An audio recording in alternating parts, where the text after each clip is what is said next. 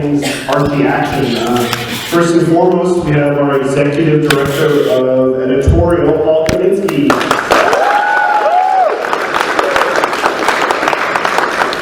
His trusty aide, Vincent Lovallo.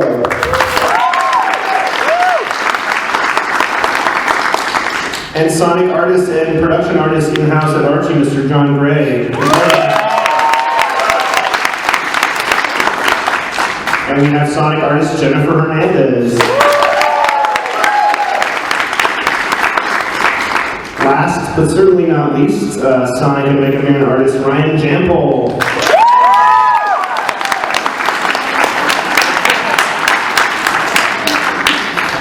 So I don't know how much time you guys spend on the internet or checking out the news, but Archie's been relatively quiet, I would say, in terms of announcements, especially related to Sonic and Mega Man. Yeah, there's nothing going on. Yeah, nothing that would involve Mega Man and Sonic.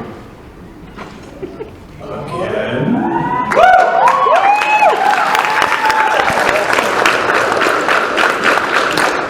So, we have Worlds Collide, and this is Worlds Unite. And Paul, I know you've been very, very cryptic in your quotes outside. So why don't we just give the fans that are here, spending some of their hard-earned time listening to our spiel.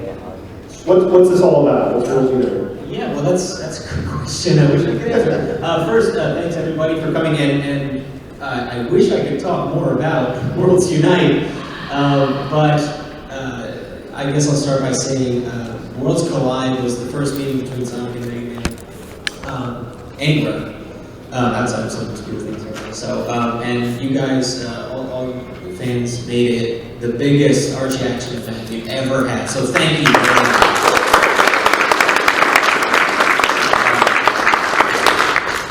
In 2013, when we did that crossover, it was huge, and from the moment that Worlds Collide ended, I think Billy and I had already started talking about, well, what are we going to do now? Obviously, the worlds of Sonic the Hedgehog and Mega Man, as some of you know, if you've read the graphic novels, if you have not, you should go upstairs and check them out. They're awesome. On sale at the Archie booth 1936. Nice.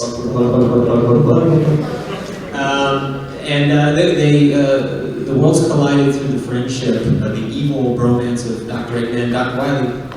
And yes, the EFS, Evil Friends Forever. And, spoiler alert, things didn't go awesome for them. Things also didn't go so awesome for Sonic, actually.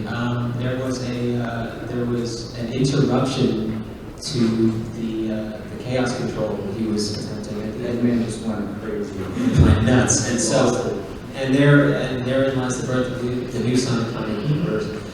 So, Worlds Unite is the second sort of act in that story, and it's going to take what you loved about the first one and blow it up even bigger in ways I wish I could talk about, but I so can't, or else lawyers will take a Capcom and run out and throw papers at me. But everything is super top secret right now. What I can tell you is that it's going to be bigger, and that the world's uniting. We can assume our Sonic and Mega Man is. The key word there is assume. That's yeah. Well, we do have one more image to show you, which you may have seen. Are you sure you don't have anything else you can tease? Notice how Sonic's world is still broken. Yes. For those of you who read the Sonic comics, you'll notice that Sonic's world is broken. And so that would imply, at least somewhat, that this will be taking place as a part of the regular story, not an interruption or a break to the regular story. This will be looped into the narrative. So, we can reveal anything else. No, I think with Worlds Collide, it was pretty much a no-brainer to do another one. This really does stand for a story, which is this concept of Worlds Collide. It was very organic. But it's also not the only major news we've rolled out in the last couple days. Some of you may have seen Sonic Boom #1 is hitting this month. Boom! Do it again. Boom! And Interpol for once you're done booming it up, for the uninitiated, what is Sonic Boom? Boom. Sonic Boom is a completely new branch of the Sonic franchise. Clearly, there's a lot more sports take in this one, but in all seriousness, it's an action comedy adventure. So you're going to be seeing Sonic in the game doing stuff that they wouldn't be doing in our normal comics. To compare it, I'd say that Sonic the Hedgehog and Sonic Universe are more of a drama action adventure, where Sonic Boom definitely takes it a little more lighter. Like you can see Eggman rooming with Sonic at some point. I don't know, Paul, do you have anything to say? Yes, well, everybody out there love Sad AM, love Sonic X. Can we hear it for the Sonic cartoons?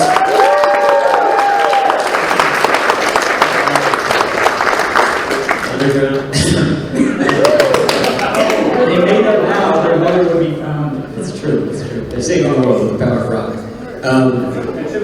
And chili dogs. So Sonic Boom is going to be a new TV series, a new set of video games, as you all know by this point. The TV series is debuting on Cartoon Network on November 8th. It's going to be super, super awesome and really funny. We had the privilege of being able to check out scripts from the show, and in order to work with Ian to write this comic book, and it was really hilarious. We couldn't believe how much we were laughing. Every so often, I just turn around and look at Paul, because he's just going Yeah.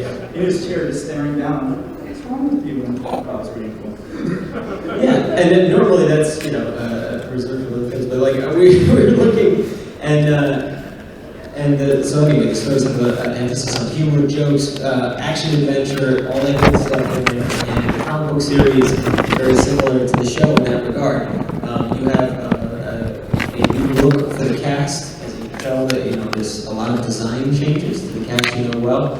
There are additions to the cast, such as Styx, the crazy badger, who is actually great. Okay, if anyone was concerned about Styx, I assure you, I give you my word, Styx is awesome.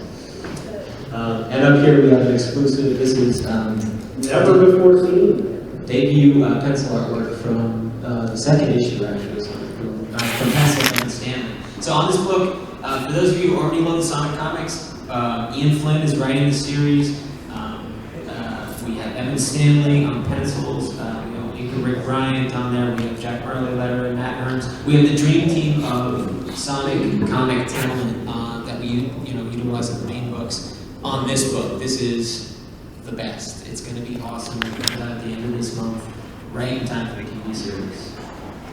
And Ian's also writing World War. Ian is also writing World So he's writing. Ian's writing everything. At least that's what his threatening letters to me say. Make me write everything. Yes, there's lots of fun things and faces. Jamal's here. Jamal Peppers, everyone!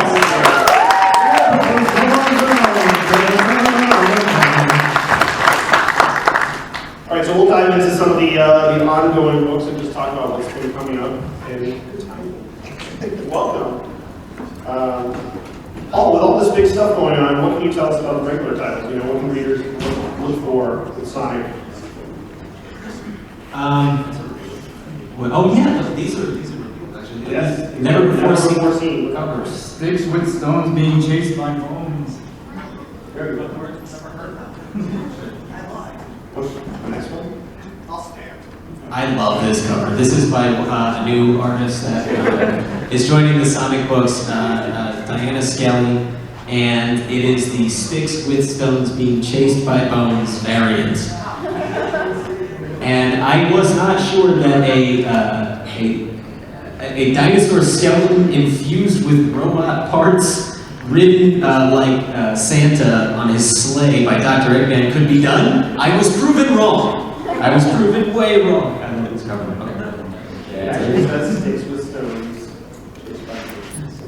I like Sonic Boom because it's like chalk and cheese, except you can't eat chalk because it's not made of cheese, and if you don't, I was gonna say something.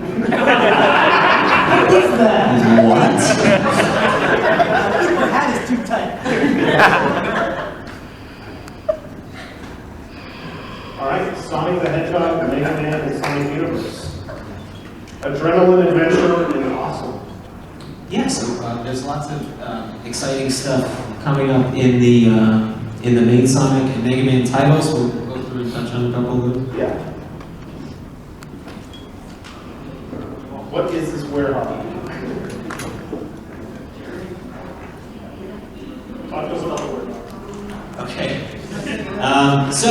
Again, for those of you following the Sonic comics, and for those of you who do not, when Sonic and Mega Man's worlds collided, the aftermath of that was the new Sonic comic universe in which Sonic's world kind of exploded. It was a cataclysmic event. We've never seen anything like that in the comics before. But those of you who remember scenes similar to that, maybe remember from a game called Sonic Unleashed.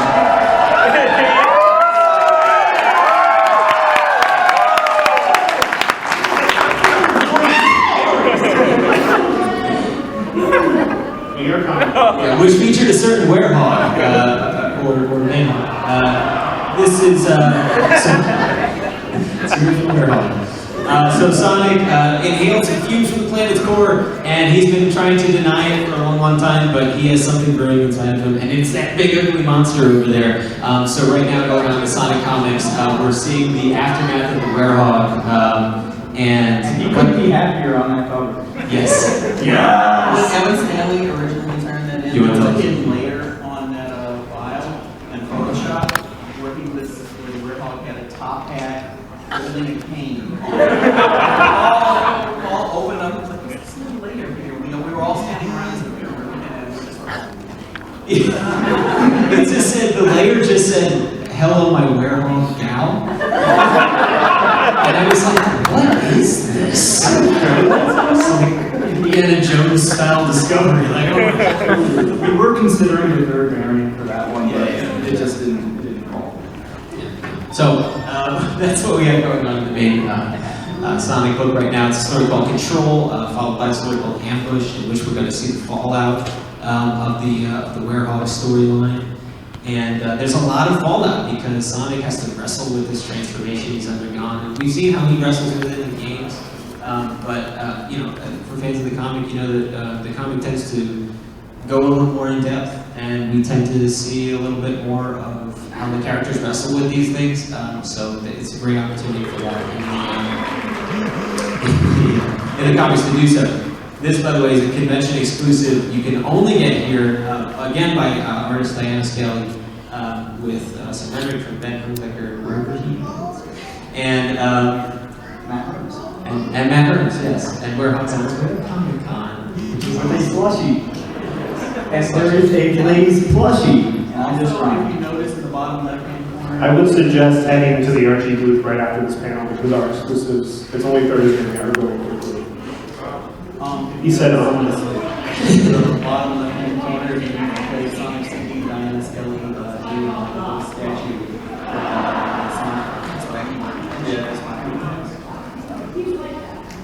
Yes. Deep cuts. Deep cuts. What about this panel? So here's a cover from Ambush that features one of the main characters in Control and Ambush, which is Moss the Sloth, the Sage, which I thought was a typo when Ian wrote it, but apparently he likes government-related buns. So that is that's him over there. Sorry. I mentioned puns. Fail. We have more exclusive art too. We do. This is a page from 266, Sonic issue 266, with pencils by Mr. Jamal Peppers?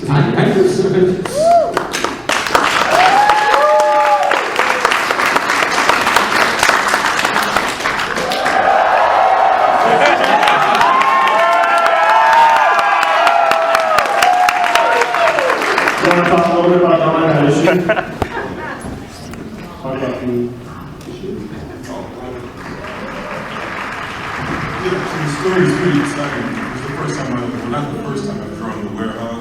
The first time I've actually drawn the werewolf was the strip and Sonic. The Spirit's Lock is. I'll give her something. But it was the first time I got to draw the actual issues, and I was really excited. That was actually a page that just showed me one of my favorite pages from that issue. That's the first thing I've seen in that issue. We just got it. Just arrived. More warehouse. So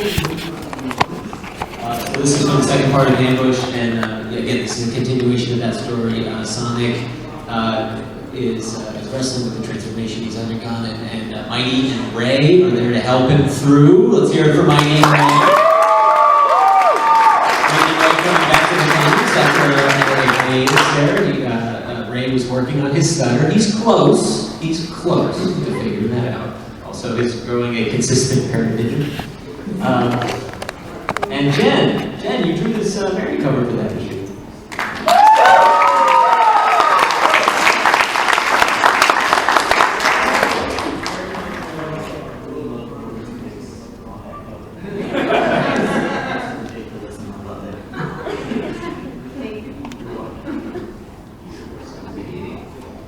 What's where okay, right. Absolutely. So following Control and Ambush, we have a story called Champions that will be taking place in the issues to follow. And Champions is going to contain some characters that we haven't seen formally in Sonic media in a long time. John, do you want to talk about little Breezy and Honey action? Honey? No, not Mama. Well, we're gonna basically this is our tournament arc, more or less. And we're going to be Sonic Fighter, Sonic Champions, we play those games for the sake of Saturday.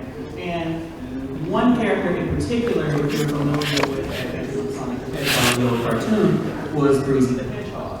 And it was sort of a collaboration between me, Aaliyah, Ben Bates, of trying to come up with a design for her that fit into the current new universe standards that we set for ourselves that Sega has for their characters and whatnot. So we're reintroducing some old characters, revamping them into the modern continuity so that they'll fit a little bit better. What's this right here? Is that something that you? Some jerk drew that. Yeah, who drew that? John Ray made this house a Mary cover.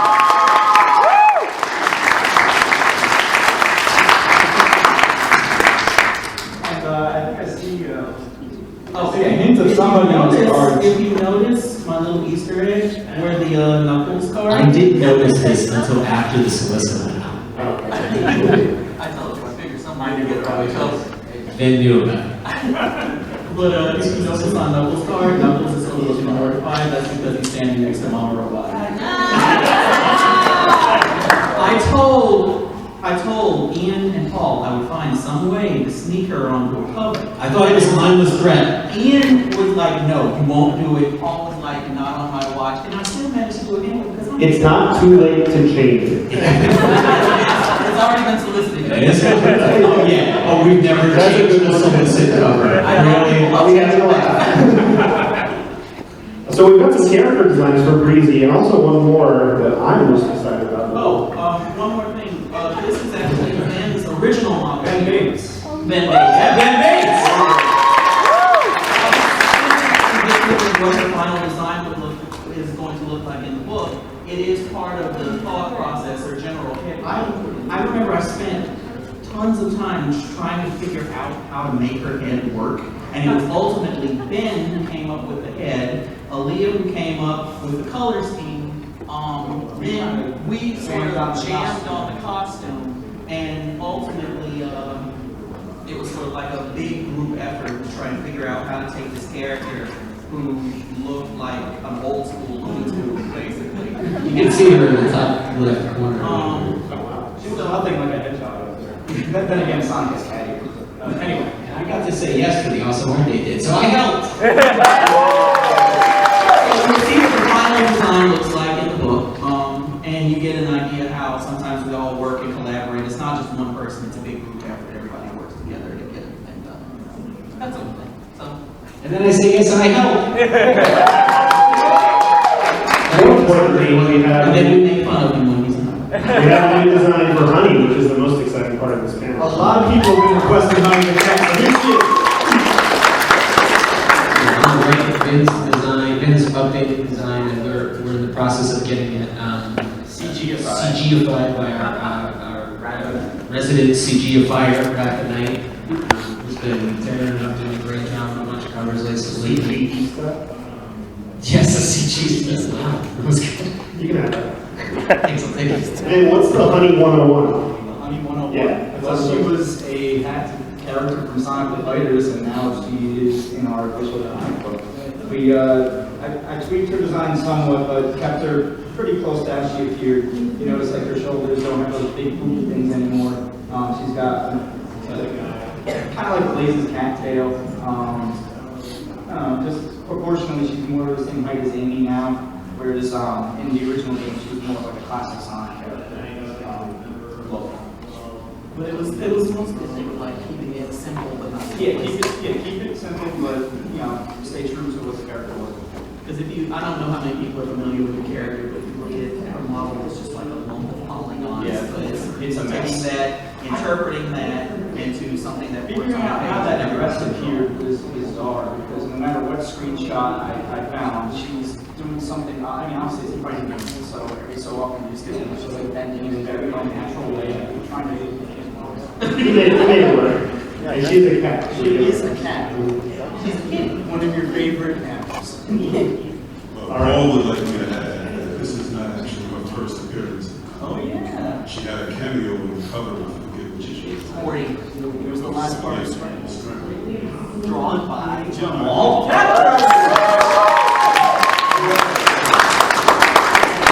right, we're going to shift gears over to the sister series Sonic Universe.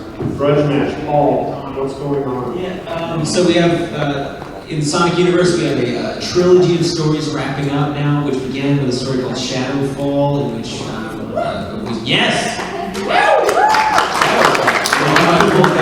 Shadow tripped over a rock and he fell.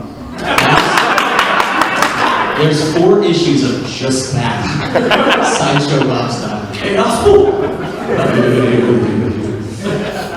So we have Shadowfall, in which we were introduced to the alien villain Eclipse, and Ryan Jampole variant cover, which is amazing. I don't know how you do that pixel by pixel. some jerk drew that one.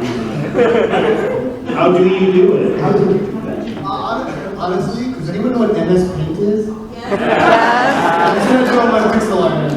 Just put it all out on the table. Just give away all your... So all I use is MS Paint a lot of time.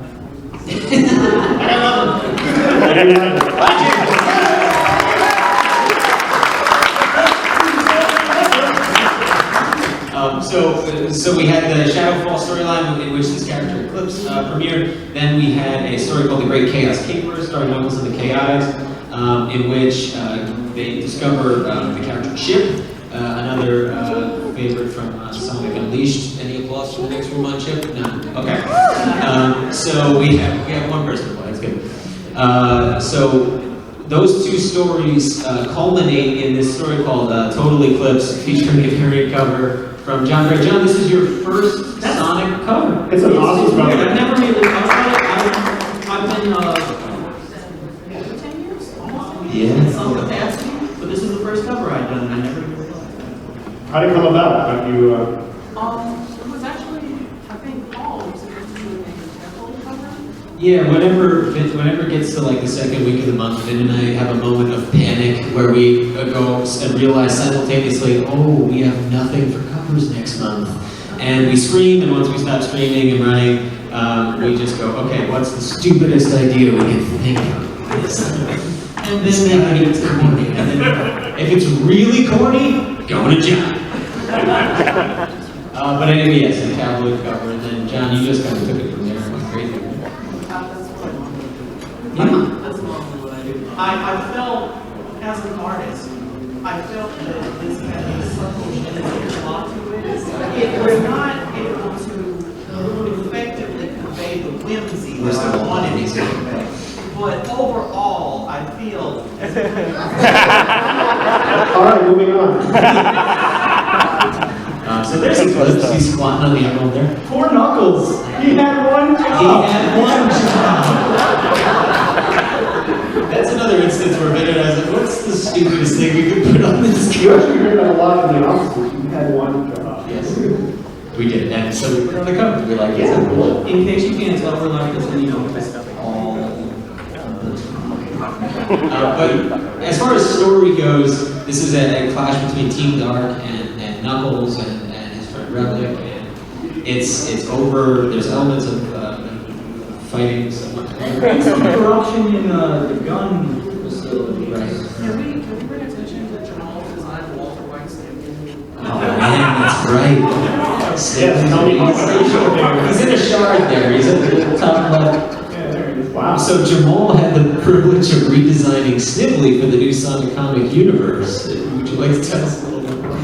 Well, the resemblance to Walter White was not intentional. You're going to this. Paul just said that he had a goatee, and so that's what I did. It's in the Eggman lineage. You need to have some kind of No, there will not be any stories about Roundup Chaos Emerald. Kids,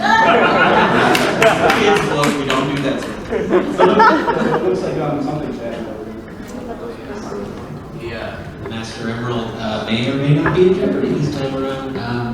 There's conflict over that. Snivelly is working for Gunn now. He's pulling some strings behind the scenes. Anyone who's familiar with the old Sonic comic universe will know that Snivelly's not the greatest guy in the world. The best shot he ever had with Regina was with Regina, and that's just not better. We're going to be reintroduced to Snivelly. He's going to be playing a bigger role as the story moves forward. We get to know the new Sonic comic universe a little bit better. But right now, he's playing part in Total Eclipse. And because we like giving you exclusive artwork, we have a first look at a page from Sonic Universe 70. Penciled by Tracy Yardley. Let's hear it for Tracy. Was anyone here at Sonic Boom last weekend? How was that? Last weekend, did y'all get your Tracy sketches? Oh, yeah! Tracy was there. He was signing. I want to bring special note to panel 2.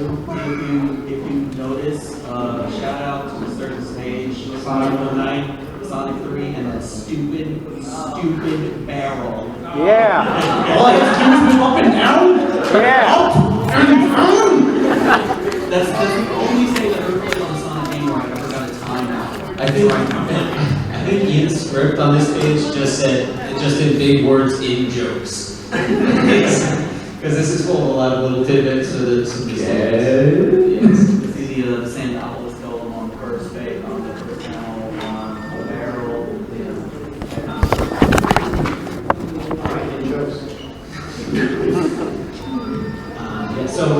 Following Total Eclipse of the Dark Trilogy, we have a new storyline coming up called Spark of Life, and at the risk of spoiling stuff, really this is going to be an arc centered around Sally and Nicole, what their relationship is in the new Sonic universe, and introducing an interesting new aspect, a digital realm into the new Sonic comic universe story. We've not really had something like that before in the comics. There's a lot of differences between the new and the old universes. This is going to be one of them, and this series really highlights a lot of those differences. We have another cover here from Rafa Knight, our CG Easton. Yeah. Rafa did a beautiful rendering of Nicole. Rafa also really helped redesign the world for the new Sonic comic universe. So we're really excited about Spark of Life. We promise you that it will be. So this month, we're not enough. We also published Mega Man. He's great Super Smash Berry covers. You may have seen them already. This is a nice cryptic. Paul, talk us through how you got these, what the inspiration was. One of the days, or I came back from a vacation. It was one of those things where I was like, oh no, I have no covers. Then what are we going to do? And it's like, I don't know, Super Smash Brothers. I said yes, I got it. I basically knew, it was like a week prior to, or maybe like a week after the E3 event when I saw that Shadow would be coming back as an assist trophy, and I was thinking, we're doing an arc featuring Shadow. Sonic's the main character of his comic, and Mega Man is clearly doing his own thing, so let's just bring them all together and have a good Smash Fest. And the timing worked out great. Smash it out. Super Smash Brothers is just like getting world on fire right now. So we thought we'd have Mega Man light his cover on fire. Thank you. Crickets, I like that. Thank you, Alex. So yeah, Ben did the sketch and we had it out the door to Rafa in an hour. And A lot of times there's all these panic moments in the office. It's just I'm not there, or we're having a secret. yeah, we do them in private. We try not to lie on prepared here. The door's closed. Doors closed. Whispers. Uncles. Mega Man.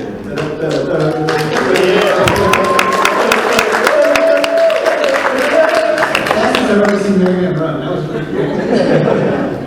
What is going on in Mega Man?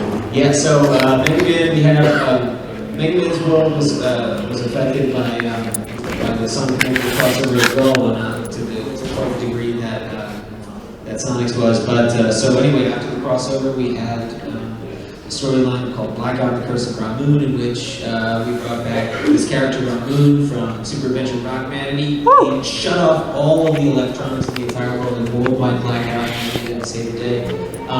And in doing so, Dr. Wily positioned himself to appear like a hero.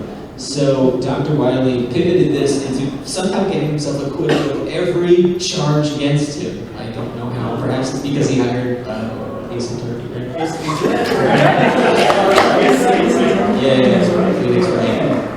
Who eagle-eyed readers would have noticed in that story stuck in there by Ernest. And I'm sure there were no objections from you guys.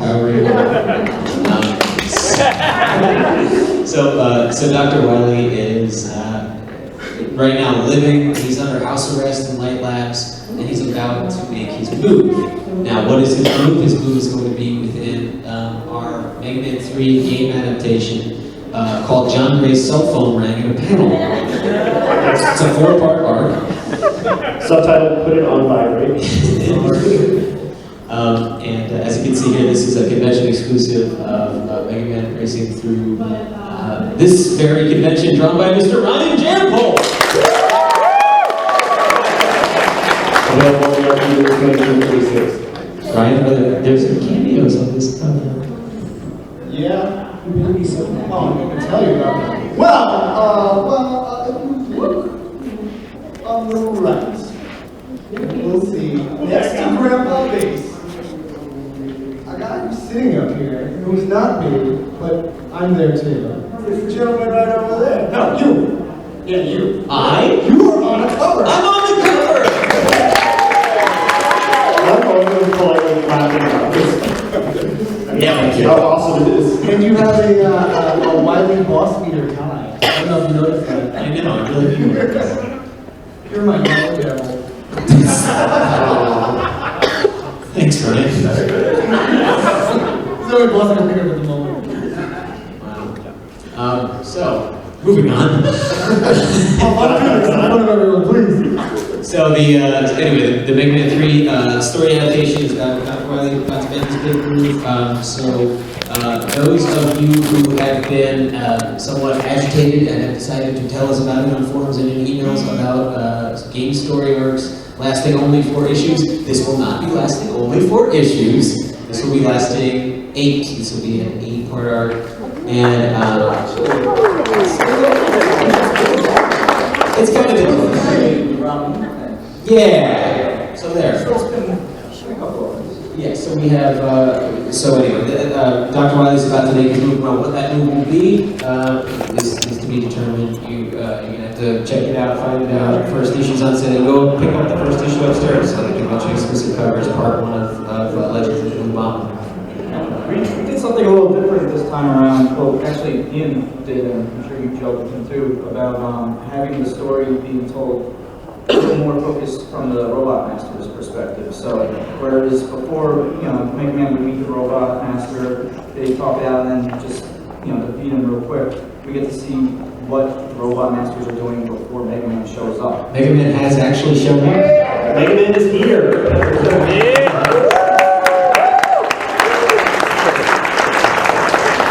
Better late than never.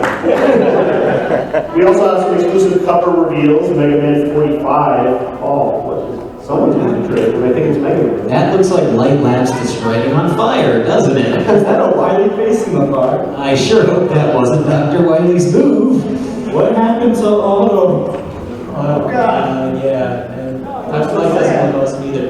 So this is the first part, Legends of the Blue Bomber, the first part of our Mega Man 3 adaptation.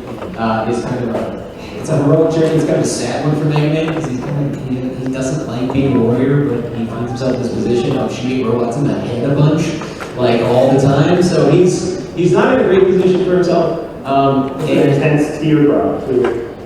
Yeah. Very sad. And the consequences of this war that is unfolding between Dr. Light and Dr. Wily is really going to take over this next story arc. So we're really proud to announce the Ultimate Betrayal. That's the second part of the Mega Man 3 adaptation, and it's going to be enhanced. And to celebrate the Mega Man 3 adaptation, we have a box art variant from Rafa Knight, our CGI cover artist. And as you can see, Rafa has replicated the Mega Man 3 box art. And in excruciating detail, everything is super red like that. You can zoom right in on the Wily Castle, and it's all rendered. She spends weeks on these things. You have no idea what she does. All she does is she sends it back to us like this, with a weird sounding email, and then we're in business. So we're really happy with this. And then you're panicked the next day. Yes. I'm really focusing on this panic moment. So we have Sonic Universe, Mega Man, Worlds Unite, and Sonic Boom. But one of the great things we do at Archie is also repackage and reprint this material so it's always readily available. One of the ways we do that is the Sonic Super Digest. Paul, if you can zoom out a little bit, just give us a sense of what's in these and why someone would want to pick them up. Sure. We like to make our comics accessible to everyone wherever they shop. Of course, we love it if you all went to comic book shops, but so maybe you go to a grocery store or Barnes & Noble, or you go online to archiecomics.com. And so for those of you at your grocery checkout counter that maybe never picked up a Sonic comic before, here's Sonic Super Digest, and it's a sampling of stories from throughout the comics history. And for the fans of the comic books, we have new stories in them. This one being one of them called Sonic Comic Origins, which tells the story of the background of the freedom fighters in the new Sonic comic universe. So in the regular series, we don't have time to get to all that stuff. So the digest and the magazines are great places to do that. But we also have other features, like in this issue, we'll have a special spotlight on Sonic Boom, and it'll come all wrapped in sports tape. So good luck unraveling sports tape. How does the Super Special play together? The Super Special is more of a collector's package. It's got the comics in it too, but it also has more expensive special features. It's got interviews with artists. I think everyone on this stage has done an interview in Sonic Super Special magazine. I have not. Jamal did. I did 3. Alex did not. You did 3? No.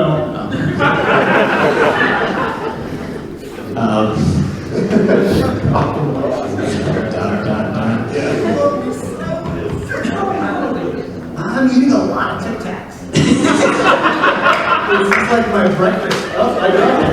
It's gone now. Breakfast of Champions. Also, when the Sonic universe was rebooted after Worlds Collide, the graphic novels started over numbers. This is the first one, kind of Chaos. Which is available at 1936. Yeah, but all what's going on. So new Sonic Comic Universe, new Sonic Comic graphic novels. When Sonic and Mega Man's adventure ended, Sonic's really began. This is the start of that, and we decided to package them in a way that were accessible to readers who come on from Worlds Collide, which we have a lot. Thank you very much.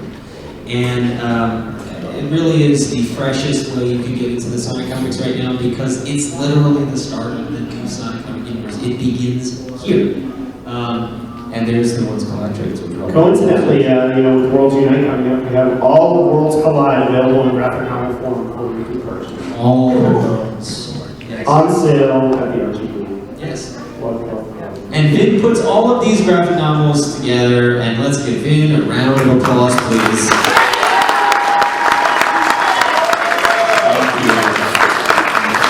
Vin's over there with his eyes going crossed, placing the umpteenth page into InDesign and crying silently to himself. And Only once. I saw It's it. every week. The Black Ops, this is the first post-Worlds Collide negative. Right. So the volume before this one had the issue directly after Worlds Collide, but this is the first full graphic novel post Worlds Collide of Mega Man. It's the story we talked about earlier, where Moon, that big eyeball-looking thing with the squid arms tangling the earth, he's causing a little white blackout, and this is the story. Of course, written by Ian with art by Mike Pellerito, and that was really cool. I really loved Mike's art on that. Mike also worked on the Fox for Red Circle last year. Red Circle. We have time for some questions. We're winding down, but if you want to raise your hand over there, gentleman in the back. Yes. Are you trying more to incorporate the stories based on the possibilities we never had a chance to before develop the comics? Sonic Adventure was the only arc we ever developed the comics. The first time ever. We also got 5 years to or half of each one. Shot it in the market stack. So what did you start first? Come to the mic. There's one. Yes. Unleashed is our first foray into stuff like that. Ian's got a grand plan. Ian has worked out where every game falls into the canon of the new Sonic Comic universe. Right, but they're more concurrent now in the new Sonic Comic universe, so you're going to see more game integration in that way. And then if it's a game that took place prior to that, it's kind of a complicated answer. But the long and short of it is Stay tuned. the long and short of it is stay tuned. We want to continue to do it. Unleashed is the start of that, but you will see more. I'm just going to decorate Sonic. Sonic Shovel, Sonic Shot and Hedgehog. I don't know. Shadowfall incorporated elements of the Shadow. I mean, that's kind of our way of doing that. There's the comics have always tried to figure clever ways to lead those stories into the broader narrative. All right, over there. This nice chapter, you guys Good preface. Cue it you up. guys promised that you're doing going back to Metal Gear like Relations is whenever the Archie series gets up to it, are you gonna make 2006 better than it was in Game 4? It's going to be a shot-for-shot remake. And the 20 pages of now loading. Release and Sonic kissing. yeah, that's a whole issue. That's a whole issue. We're down to our last 5 minutes, so keep your questions. Oh man, Ben, Brief if you can, but is Ben here? Ben is here. All right, the gentleman in the Starfleet uniform. I appreciate your Starfleet attire. Thank you. Real quick question. What are your thoughts on a 4-issue Mama Robotnik Sonic Universe? I'm all Approved. Why do you encourage him? We all know that Mama Robotic is the best character. The best character. This guy. This guy over here. This guy is writing a set of wall panels. And he put in there, knowing full well that I would hate it, an entire panel dedicated to Mama Robotnik and fishnets. All right, next question. Over here. All right, I gotta say, I did enjoy your Mega Man X backup. So I just gotta ask, is there any plan to do anything else with Mega Man X and any of the ensuing after series, Zero, ZX, Legends, hopefully? Special edition, I think I said we were gonna do Legends, but then issue 3 would never come out. So Wait, my heart. We got issue 3. You should give him somebody's currently stuck on the moon. yes, the short answer is yes. Gentleman's referring to, also we did Dawn of X, it was a 4-part storyline drawn by Jamal and Ryan. Yes, let's hear it for Dawn of X. So Dawn of X is our first foray into incorporating other aspects of the Mega Man universe, like the X series and some of the others. There will be more announcements. All right, we have time for one more. Gentleman in the red.